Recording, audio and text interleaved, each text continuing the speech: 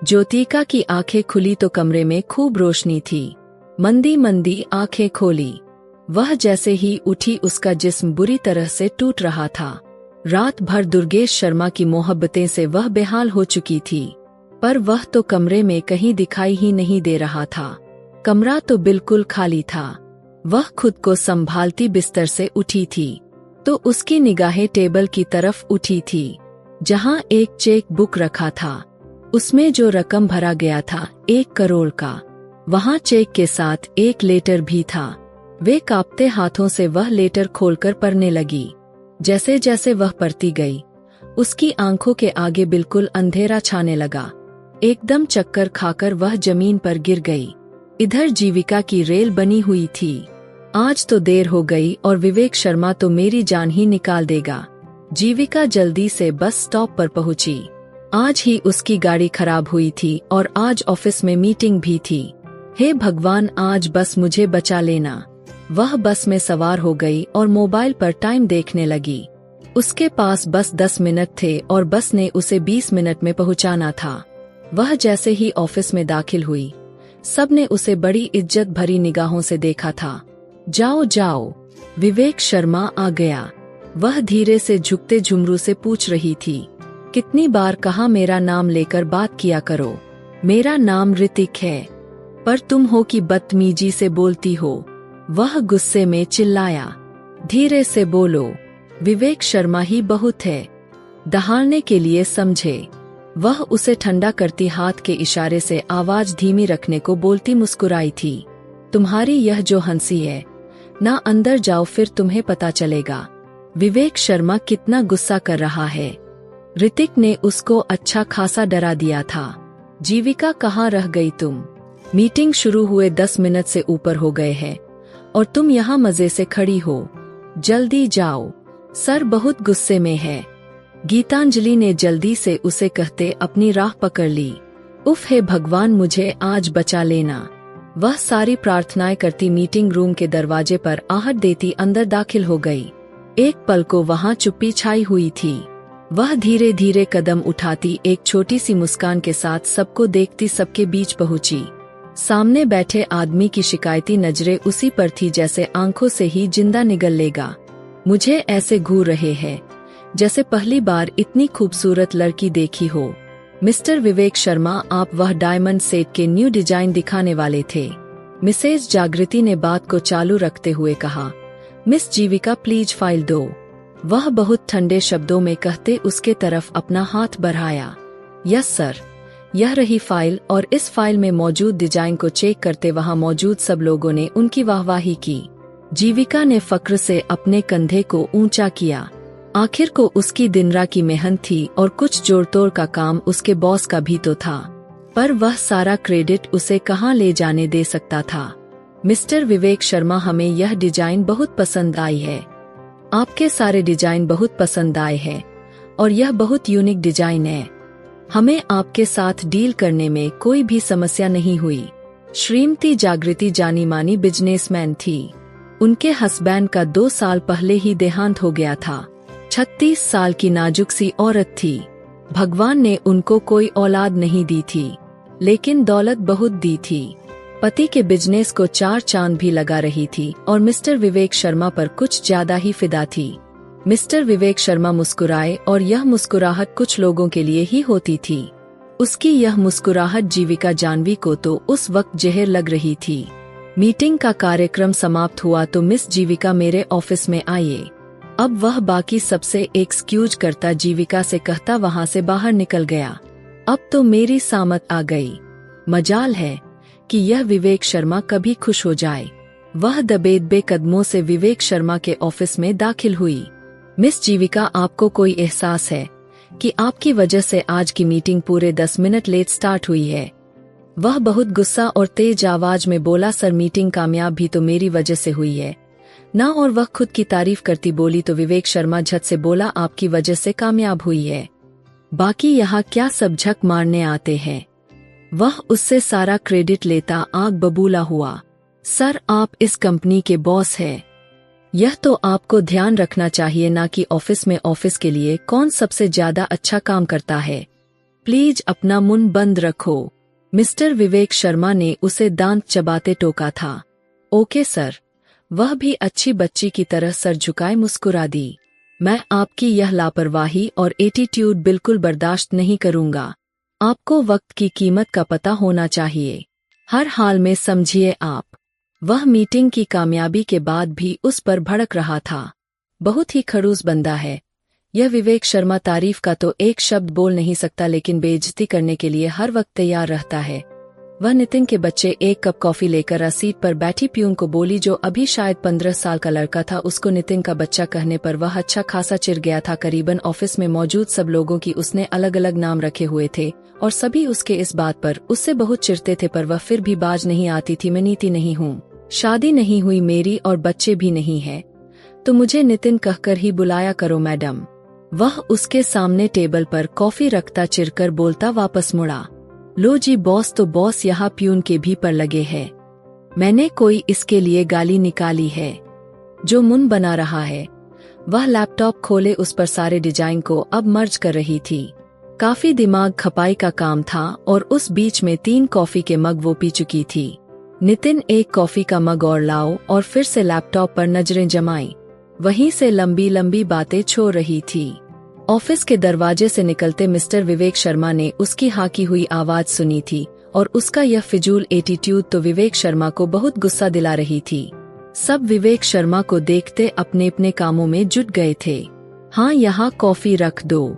Mister विवेक को नितिन समझती बिना उसके तरफ देखती बोली, जीविका यह आपके बाप का होटल नहीं जहाँ आप यूं बैठकर जाहिलों की तरह अपनी बकवास करेंगी। अचानक से विवेक शर्मा की आवाज सुनती वह सर उठाकर उसको देखने लगी और फिर झट से उठ खड़ी हुई। सब तरफ सन्नाटा छा गया था।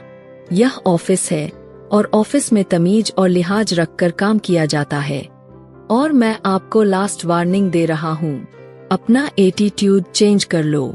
और नितिन, उनकी कॉपी आज के बाद से बंद है। वह सख्त गुस्से भरी नजरों से जीविका को घूरता वहां से आगे बढ़ा। आपकी सारी बातें ठीक है, लेकिन मैं फिर भी सॉरी नहीं बोलूंगी। उसका सब थोड़ा धीमा था, सिर्फ एक बात गलत थी। अब की बार थोड़ा वह नॉर्मल हुआ। मेरे पापा इस दुनिया में नहीं है और जब पिता मर जाते हैं तब सबसे ज्यादा कमी बेटियों को ही महसूस होती है। वह दुखी दिल से बोलती सबको दुखी कर गई। आइंदा आपको शिकायत का मौका नहीं मिलेगा। वह अपनी बात कहते बहुत चुप्पी से वापस अपनी सीट पर बैठी अपना काम करने में मगन हो गई। विवेक शर्मा ने एक नजर उसे देखा जो अपने आंसू अपने अंदर उतारने की नाकाम कोशिश करती। लैपटॉप पर नजरें जमाई हुई थी। वह सर झटकता वहां से चला गया, लेकिन अब वहां एक और चुप्पी का राज था जो अब शायद हमेशा रहने वाली थी। घर के अंदर दाखिल हुई तो 6 साल के तरुण ने भागकर उसे गले से लगाया था। मैंने आपको बहुत मिस किया, यह देखिए मुझे स्टार मिला है। वह 6 साल का बच्चा खुशी से जीविका को बता रहा था। अरे वाह, यह तो बहुत बड़ा है, बिल्कुल आसमान पर नजर आने वाले स्टार की तरह है। यस आंटी, बट वह तो साइन करते हैं। यह तो साइन नहीं कर रहा, तरुण ने मुंह बनाते हुए कहा। हाँ, इस पर जब कलर करेंगे ना तो यह भी वैसे ही साइन करने लगेगा। और उसका गाल चूमती बोली, मम्मी कहाँ है? अब ज्योतिका का वह पूछ रहा था। वह तो रूम में है, किसी से मोबाइल पर बात कर रही है। वह मुंह बनाते बोला, शायद कोई जरूरी बात हो। चलो आ जाओ, हम किचन में चलते हैं और देखते हैं खाने में आज दीदी ने क्या बनाया है। एक बाउल से पनीर उठाकर चेक करती चेहरे पर स्माइल ले आई। ओहो, कढ़ाई पनीर, अब तो मुझे सही में भूख लगी है। वह उसे अपने साथ चेयर पर बिठाती खाना खिलाने लगी। बातों बातों में उसे पेट भरकर खाना खिला चुकी थी। सॉरी बच्चों, मेरी मीटिंग कुछ ज्यादा लंबी हो गई। ज्योतिका ने बाहर आते डाइनिंग टेबल पर बैठते दोनों से माफी मांगी। कोई बात नहीं, अब तो हमें आदत पड़ गई है। आप तो हमेशा ऐसे करती है, जीविका ने रूठे हुए अंदाज में कहा। तरुण ने झट से कहा, नहीं मेरी माँ बहुत प्यारी है, मेरी जान। ज्योतिका ने उसके गाल पर प्यार किया। क्या बात है, आज मेरा लाउडस्पीकर कुछ ज्यादा उदास लग रहा है, कोई बात हुई है क्या? ज्योतिका आज जीविका को मामूली से हटकर चुप देखती पूछ बैठी थी। मुझे क्या होना है? वह जो हमारे ऑफिस का बॉस खड़ूस आदमी विवेक शर्मा ज्योतिका ने उसकी बात सुनी और मुस्कुराई तो ज्योतिका ने गहरी सांस भरी। बस जब देखो मेरी हर बात में नुक्स निकालता रहता है। मजाल है कि तारीफ का कोई एक शब्द भी बोल दे। अब कल मेरी वजह से मीटिंग बिल्कुल कामयाब रही, इतना फायदा हुआ। लेकिन फिर भी जीविका ही बुरी है और इतना बड़ा प्रोजेक्ट मिलने की खुशी में विवेक शर्मा ने मेरी कॉफी ही बंद करवा दी। अब वह उसकी शिकायतें कर रही थी। ओ यह तो बहुत बड़ा जुल्म है। बिना कॉफी के तो जीविका तो हिल भी नहीं सकती और चल भी नहीं सकती। वह विवेक शर्मा तो अपनी कंपनी के साथ जुल्म करेगा। खैर मैं कौन सा कम हूँ, मैंने भी जुगाड़ निकाल लिया है। जीविका शैतानी हंसी हंसती उठी थी और यह हंसी तो ज्योतिका के जीने की असल वजह थी। वरना जो कुछ जिंदगी में वह खो चुकी थी उसे यही लगा था वह दोबारा कभी जी नहीं पाएगी। पर उसकी जिंदगी ही जीविका और तरुण थे। वह मुस्कुराकर सुकून का गहरा सांस भर गई। इधर ऑफिस में मिस जीविका यह क्या है? पुलकित शर्मा ने हैरानी से उससे पूछा जो थर्मस एक साइड पर रखती मजे से अपनी सीट पर बैठती। बड़ा थर्मस आपको नजर नहीं आ रहा? बंटी के पापा पुलकित शर्मा के बेटे का नाम बंटी था। उनकी वाइफ उन्हें बंटी के पापा ही कहकर बुलाती थी और एक बार उनके घर दावत पर जाने पर सबको यह बात पता लग गई थी। बाकी किसी ने यह खास रिएक्ट नहीं किया, लेकिन जीविका से वह बच ना सके। अब जब भी उनसे बात करती बंटी के पापा कहकर ही बुलाती थी और वह बहुत गुस्सा खाकर रह जाता। हद में रहा करो, मुझे मेरे नाम से बुलाया करो।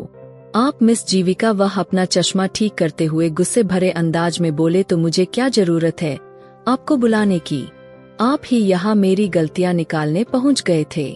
वह मजे से थर्मस में से कॉफी निकाल रही थी तो मिस चमचे, इसका मतलब मिस जीविका घर से ही अपनी कॉफी लेकर आई है। सुना सबने, क्योंकि ऑफिस के तरफ से तो इनकी कॉफी बंद हो गई है। पुलकित जीविका के टेबल के पास आते उसका मजाक उड़ाते गुस्से से भरे शब्दों में कहा। जीविका ने गुस्से से अपने हंठ बिछे खुद को स्टाफ से बदतमीजी करने पर रोको।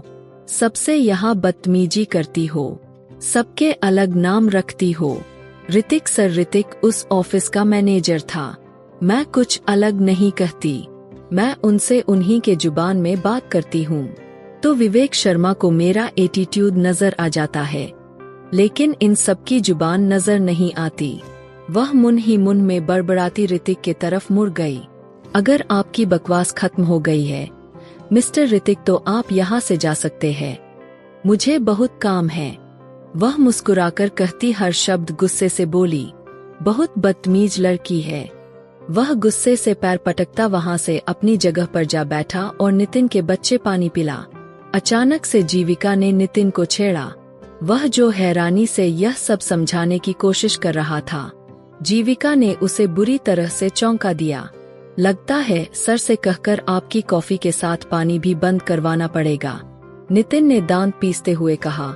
हाँ हाँ, बंद ही करवा देना प्लीज, मैं फिर प्यासी मर जाऊंगी। वह एक्टिंग करते खिलखिलाकर हंसती थी।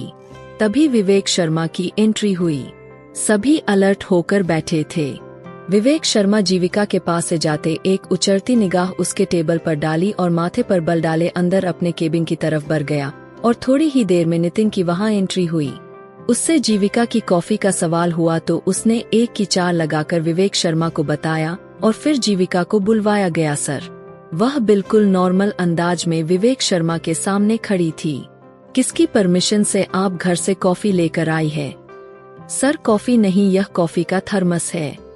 मतलब वह जो जग की तरह होता है ना, बाहर से ठंडा अंदर से गर्म, उसमें मैंने आपसे जो पूछा पहले उसका जवाब दो। वह अपना हंठ भींच गया। सर, अब आपने ही मना किया है, ऑफिस से कॉफी नहीं मिलेगी तो। वह मुंह बनाते बोली, मिस जीविका, ऑफिस में बैठकर कॉफी पीना अलाउड नहीं, यह मैंने कल सबको साफ साफ कह चुका हूँ।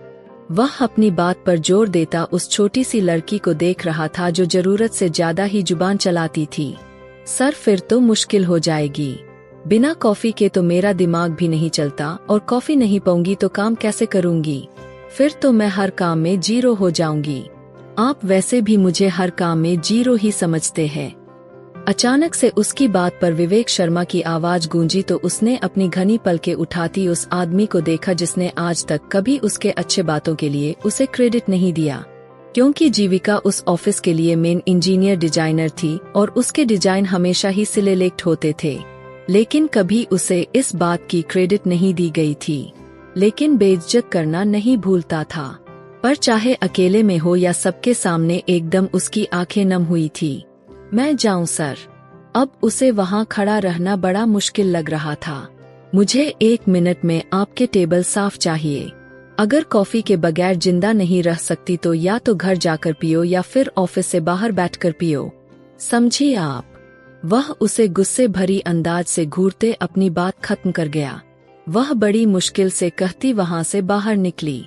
उसका यूं चुपचाप बाहर निकल जाना, वह भी विवेक शर्मा को हजम नहीं हुआ था। बाहर आई तो सबकी नजरें उस पर थी, पर वह बहुत कलाकार थी। उसने अपने उमड़ते आंसू छुपाए थे। कमीना स्टाफ डेश विवेक शर्मा मुझे ही मिलना था। सानू सर कितने अच्छे थे, मुझे बेटियों की तरह ट्रीट करते थे। वह अपनी सीट पर बैठते टेढ़े मेढ़े मुंह बनाती बोलती। 6 महीने पहले ही उनकी डेथ हो गई थी और उनकी डेथ के बाद ही विवेक शर्मा ने यह कंपनी जॉय की थी।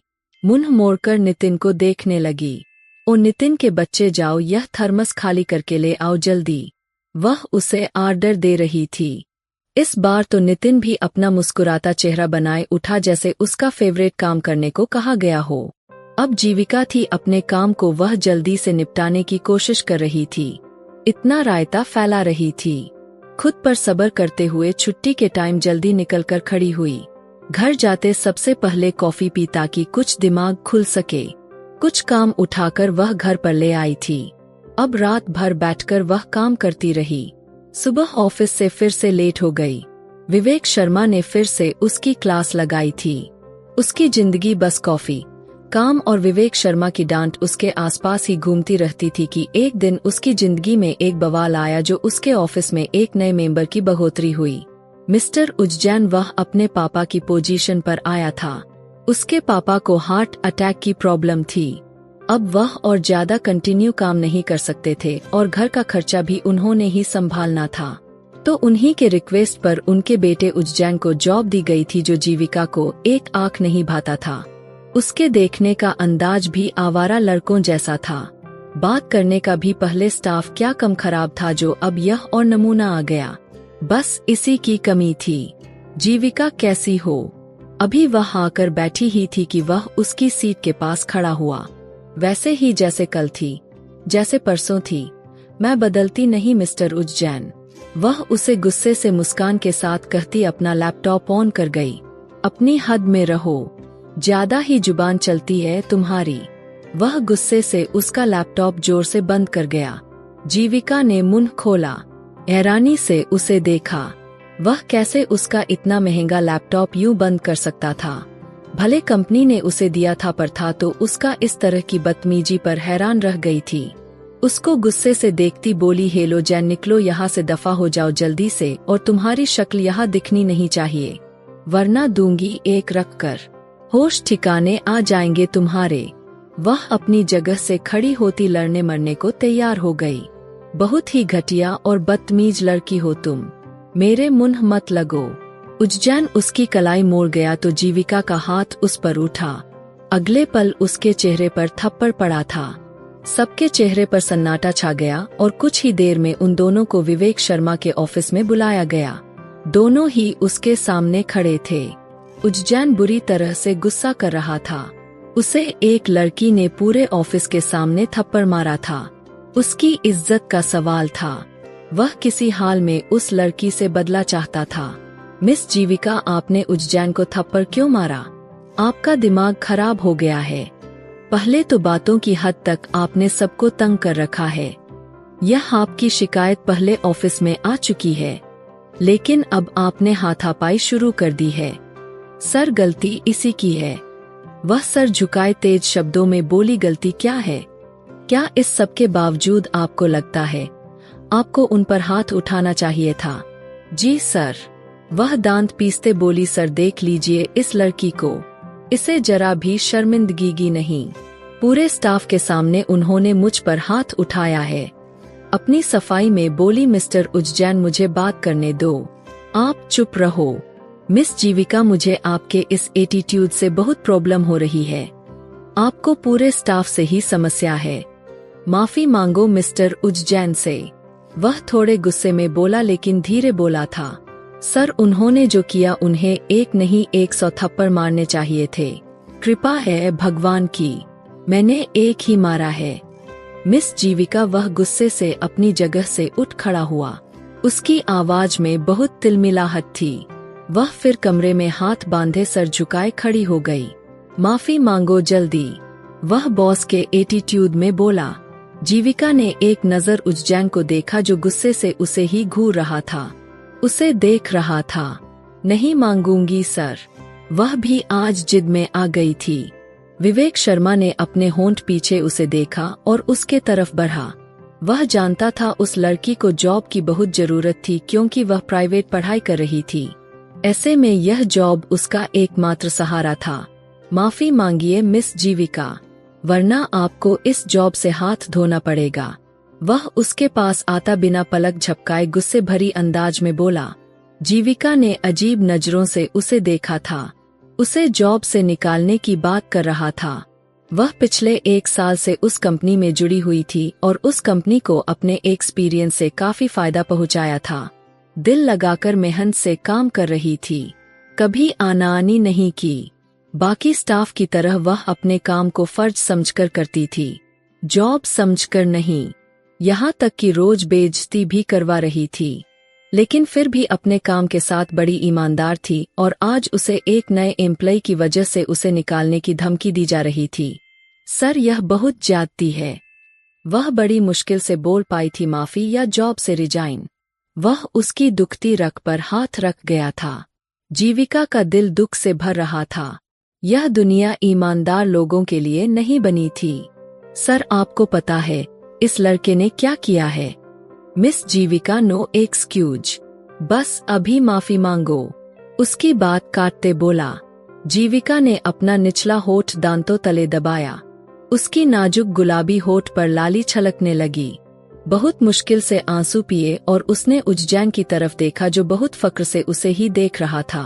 आई एम सॉरी, वह सांस रोक कर बोली, लेकिन एक भी आंसू बहने नहीं दिया था, पर मुट्ठियां जितनी जोर से बंद की थी। विवेक शर्मा ने बखूबी देखी थी। थप्पड़ उसके सामने मारा, पर सॉरी यहाँ अकेले में। खैर, सर की वजह से मैं चुप हो गया। उनकी बहुत इज्जत करता हूँ। कोई बात नहीं, उज्जैन यू गो नाउ। उसकी लंबी चौड़ी भाषण पर विवेक शर्मा ने बिना उसके तरफ देखे वहां से जाने को कहा, क्योंकि नजरें तो सामने खड़ी उस नाजुक सी लड़की पर थी जो किसी भी वक्त आंसू छलकाने को तैयार बैठी थी। वह चुप से बाहर चला गया तो जीविका ने भी कदम दरवाजे की तरफ बढ़ाए तो विवेक शर्मा ने उसे रोका। वह आंसू हलक में ही उतार गई। लास्ट वार्निंग है, आज के बाद अगर आपकी कोई भी शिकायत आई तो बिना वार्निंग के इस ऑफिस से बाहर निकाल दूंगा। उसकी बात सुनती बिना कुछ कहे हाम सिर हिलाती बाहर निकल गई, जहां उज्जैन फक्र से सबको बता रहा था। जीविका ने उससे माफी मांगी है।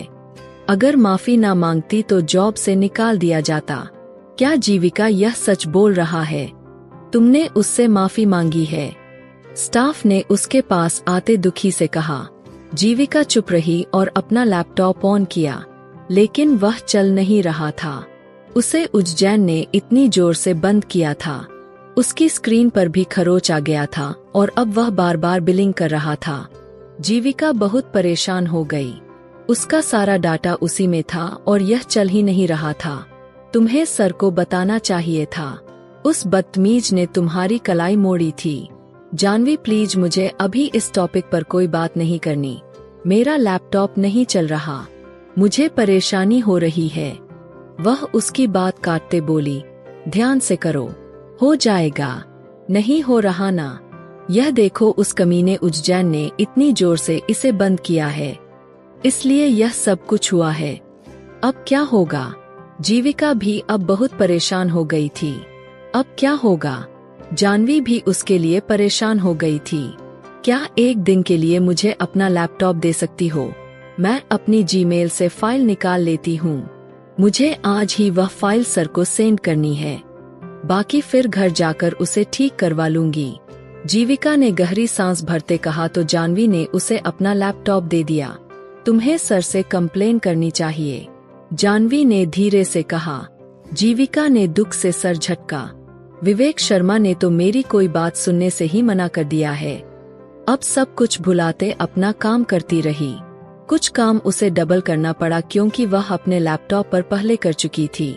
बीच उसने दिन का लंच भी स्किप कर दिया। सब ने लंच किया पर उसने लंच भी नहीं किया। वह पागलों की तरह काम करती रही। सच और लगन उस लड़की की पहचान थी। शाम तक उसकी फाइल पूरी तैयार हो गई थी। जीविका ऑफिस में छुट्टी हो गई है, सब जा चुके हैं। तुम्हें भी अब चलना चाहिए यार, बस थोड़ा सा काम रह गया है। फाइल सेंड करके ही उठूंगी, वरना अगर यही छोड़ा तो सब कुछ फिर से भूल जाऊंगी। अभी एक सुरताल बना हुआ है, जल्दी हो जाएगा, जानवी मुस्कुराकर बोली थी। चलो ठीक है, लैपटॉप तुम अपने पास रख लेना, कल ले लूंगी तुमसे। जानवी ने उसे बाय बोलते अपने घर की राह पकड़ ली थी। जीविका ने गहरी सांस भरी। बिना कुछ पिए, बिना कुछ खाए काम करना बहुत मुश्किल था, पर उस वक्त उसे कुछ भी करके काम पूरा करना था। वह घर पर मैसेज करके ज्योतिका को लेट आने का बता चुकी थी। उसे जल्द से जल्द काम पूरा करके अपना लैपटॉप भी ठीक करवाना था। हे भगवान, उस उज्जैन के बच्चे ने मेरा पूरा दिन खराब कर दिया। तुम जैसे लोग इस धरती का बोझ होते हैं। वह काम करते उसे कोसती हुई जा रही थी। रात के 8 बज रहे थे जब विवेक शर्मा को एक मेल मिली। उस वक्त ऑफिस में ही था और अब निकलने ही वाला था। जीविका की तरफ से आई मेल देखने लगा। वह बहुत अच्छे तरीके से फाइल तैयार करके भेजी गई थी। दिल ही दिल में वह उसके काम को सराहता। अब घर जाने के लिए उठा था। जीविका सारा काम पूरा करती जल्दी से अपने केबिन की तरफ लैपटॉप भी उठाई थी। जीविका मैडम, बाहर तो बहुत बारिश हो रही है, यह लैपटॉप लेकर जाओगी तो भीग जाओगी। गार्ड अंकल ने उसे लैपटॉप हाथ में उठाए देखा तो कहा, हे भगवान अंकल, यह बारिश कब शुरू हुई, यहाँ तो पता ही नहीं चल रहा था। वह अब लैपटॉप को एक पन्नी में छुपाकर ले जाने का सोच रही थी। बारिश से बचना भी था और उसे ठीक भी तो करवाना था। उसे अपनी परवाह नहीं थी, बस उसे लैपटॉप ठीक करवाना था और वह जानती थी कि उसकी आधी तनख्वाह उसी में ही चली जानी थी। वह लैपटॉप वहां स्टोर रूम से एक बैग निकालती, उसमें डालती, उसे कंधे पर लटका गई और जल्दी से लिफ्ट की तरफ बढ़ी जहां विवेक शर्मा पहले से मौजूद थे। उसे ऑफिस में अब तक देख वह अपनी कलाई पर पहनी घड़ी पर वक्त देखने लगा, जहां 9 बजने वाले थे। जीविका ने उसे एक नजर देखे फिर नजरअंदाज कर दिया। वह दिल ही दिल में उससे भी गुस्सा थी। मिस जीविका, यह कौन सा वक्त है घर जाने का? वह थोड़ा गुस्से में बोला। काम ज्यादा था, वह धीमे शब्दों में जवाब देती सर झुकाए खड़ी रही। मेरे ख्याल में यह कंपनी आपके कंधों पर नहीं चलती। सबको बराबर काम दिया जाता है, किसी को ज्यादा कम नहीं दिया जाता। वह उसकी बात पर अपना हंट भेजता बोला, सर मेरी वजह से काम ज्यादा हो गया था, मैंने कंपनी को ब्लेम नहीं किया। वह लिफ्ट के नंबर देखती धीमे शब्दों में बोली, जब काम से ज्यादा ध्यान उठपटांग बातों की तरफ होगा तो ऐसे ही लेट रहोगी। विवेक शर्मा फिर से उसे ताना मार गया। लिफ्ट खुल चुकी थी। सर, मैंने आपको किसी तरह की शिकायत नहीं की, आप मुझे इतना लंबा चौड़ा लेक्चर दे रहे हैं। मैं अपनी मर्जी से काम कर रही थी। सर नमस्ते। वह बिना उसके और ज्यादा जवाब सुने वह बाहर निकलती तेज कदमों से मेन गेट की तरफ भागी थी। उसके इतने तीखे जवाब पर विवेक शर्मा उसे घूर कर रह गया। वह गाड़ी रोड पर निकाल कर लाया तो वह पागल बारिश में खड़ी एक तरफ देखती जा रही थी, जबकि बैग को उसने अपने दुपट्टे के नीचे छुपा रखा था और कोई होता तो बैग सर पर रखकर उससे बचने की कोशिश करता। अजीब लड़की है। वह उसके करीब गाड़ी रोक गया। मिस जीविका, गाड़ी में बैठ जाइए। वह उसको भीगता देखकर उसके कपड़ों से उसके जिस्म को झांकता देखा तो वह नजरें चुराता गाड़ी का शीशा नीचे करता बोला, नहीं सर आप जाइए, मैं खुद मैनेज कर लूंगी। वह ऊंची आवाज में बोलती अपना मुंह रोड पर कर गई, जहां इस वक्त कोई गाड़ी का नामो निशान नहीं था। यह ऐसे नहीं सुनेंगी। वह खुद गाड़ी से नीचे उतरता उसे गाड़ी में लाया। सर, आपकी गाड़ी खराब हो जाएगी। अब वह अपने आप को देखती जल्दी से बोली, मिस जीविका, अभी भीग गया हूँ आपकी वजह से, इसलिए अब आप चुप रहें। वह गाड़ी स्टार्ट कर गया। कुछ पल चुपी रही। वह दुपट्टे से अपना चेहरा साफ कर रही थी जब विवेक शर्मा ने उसकी तरफ टिश्यू पेपर बढ़ाए थे। उसने चुप से ले लिए। आपकी अपनी गाड़ी कहाँ है? वह खराब है। छोटा